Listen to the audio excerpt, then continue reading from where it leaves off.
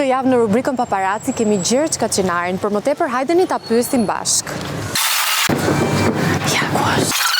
Gjergji, si e? Të kapë matë më duket. Unë jam Artemisa Gjergji nga UTF Show më në fund. O zoti madh po të takoj. Të Zoom. Çfarë je duke bërë Gjergji?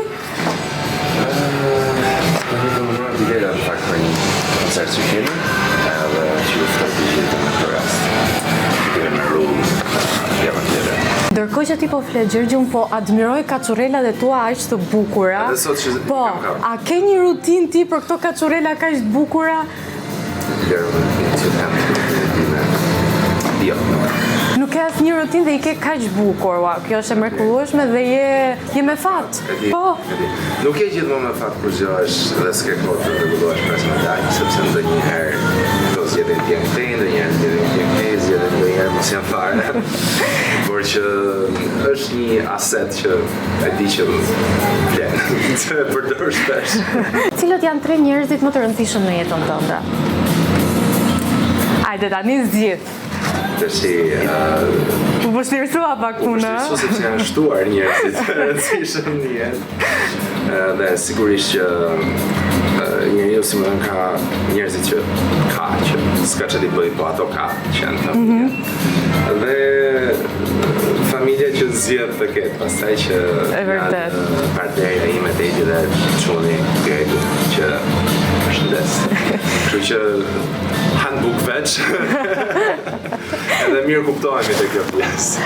Tani, se përmendet pak më parë koncertet. Kemi parë që shumë shpesh këngëtarë të njohur, edhe të rrymës që ti përfaqëson në këngë, kanë zgjedhur që të bëjnë këngë paksa më komerciale për të rritur fitimet, koncertet e tyre.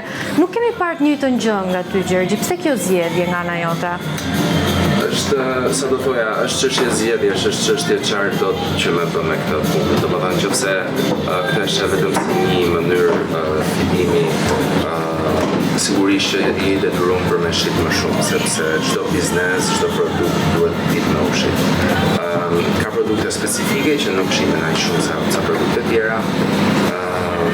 Unë gjithmonë paralelizimin e bëj me ushqime, në një restorant pesh kushet më pak se një fast food, kjo dihet. Kështu që ti nuk mund t'jesh kurrë në luftë me atë pjesë që shet më shumë, sepse së shet në luftë.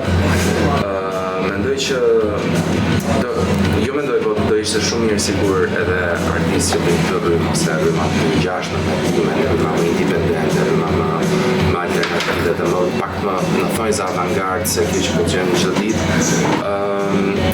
Nëse do kishe shumë prodhim, edhe kjo do merrte vëmendjen edhe do arrite të krijonte skenën e vet. E vërtet, po në fund të ditës paraja është e rëndësishme dhe me që jemi te paraja, cili është koncerti që ti je paguar më shumë? Cila ka qenë shifrat? Gjena thuaj tani. Shifrat gjithmonë pësojnë kështu deformime rrugës, sepse ne kemi një format që një nga arsyet që koncertet nuk bëhen me shumë sa që bëhen performancat e tjera në klubë është edhe kostove, pagush një crew, pagush një teknik të madhe, pagush një sken, pagush një ritëqin, domethënë ka shumë kosto me organizoj një live se sa një set me një DJ apo me një këngëtar që vjen me muzikë. Kështu që rritet çmimi. Dhe pak sa kërkesa. Me sa zero shkon çmimi, me që nuk e themi dot një shifër? Fatkeqësisht ne qëndrojmë maksimumi te këto te 3-0. Te 3-0. Te 4 shifrat si më thënë. Sigurisht nuk të koncert gjë nda pastaj por që përgjithsisht duri. Së fundmi Gjergji të kemi parë dhe në një projekt shumë të bukur, në një film, Udhëtim në pranverë. Si e pritet ti këtë ofertë? Kjo ishte shumë interesante. Nuk kisha një fazë përgatitore, merr një ditë një mesazh edhe se wow në reagimin tënd të parë, do me thënë e prisje, se prisje? Nuk është ishte wow, sepse me thënë drejtën ka pas raste të tilla dhe kam qenë gjithmonë shumë skeptik sepse kam dash me ditë grupin e realizimit, kam dash me ditë nivelin e asaj gjë, kam dash të jetë diçka jo vulgare, jo diçka sa për Instagram dhe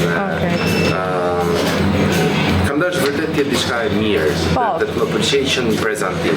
Në kast ka qenë dhe Nita Latifi, si ishte bashkëpunimi me Nitën, a keni pas ndonjë sherr apo ka shkuar çdo gjë vaj? Jo, me Nitën thjesht njihesha më përpara, thjesht shkemi edhe kaq. Në film pasaj mu prezantu që Nita dhe ishte aktoria në film. Dhe fatmirësisht çdo gjë shkoi shumë mirë, ne patëm kimi shumë të mirë dhe kjo përkëm shumë qetë për të dy edhe për pjesën tjetër që ishin prapa kujtave. Tani ti në muzikë përfaqëson paksa një rrymë pak më rock dhe njerëzit kanë ato ide që kjo rrymë ka brenda njerëz që eksperimentojnë. Ke eksperimentuar ti në jetën tënde dhe cila ka qenë gjëja më e shprenuar që mund të kesh bërë në eksperimentet e tua? Kryesisht unë gjithë ato rrezikshmëri kam pas me mjetet e transportit, domethënë. Ke pirë alkool në timon? Jo, kur? Të ka ndaluar ndonjëherë policia? Shumë herë, dhe çfarë ke bërë ti? Nuk i kam fryrë tupit. E pas ke rregulluar në mënyrën tradicionale. Jo, as në atë mënyrë, jo, sepse nuk kam qenë aq vigjilent, por atëherë ke shpërtuar që ke qenë i famshëm, se kjo mbetet. Kam abuzuar shumë në këtë pjesë. Nete. Por kam qenë shumë më i vogël.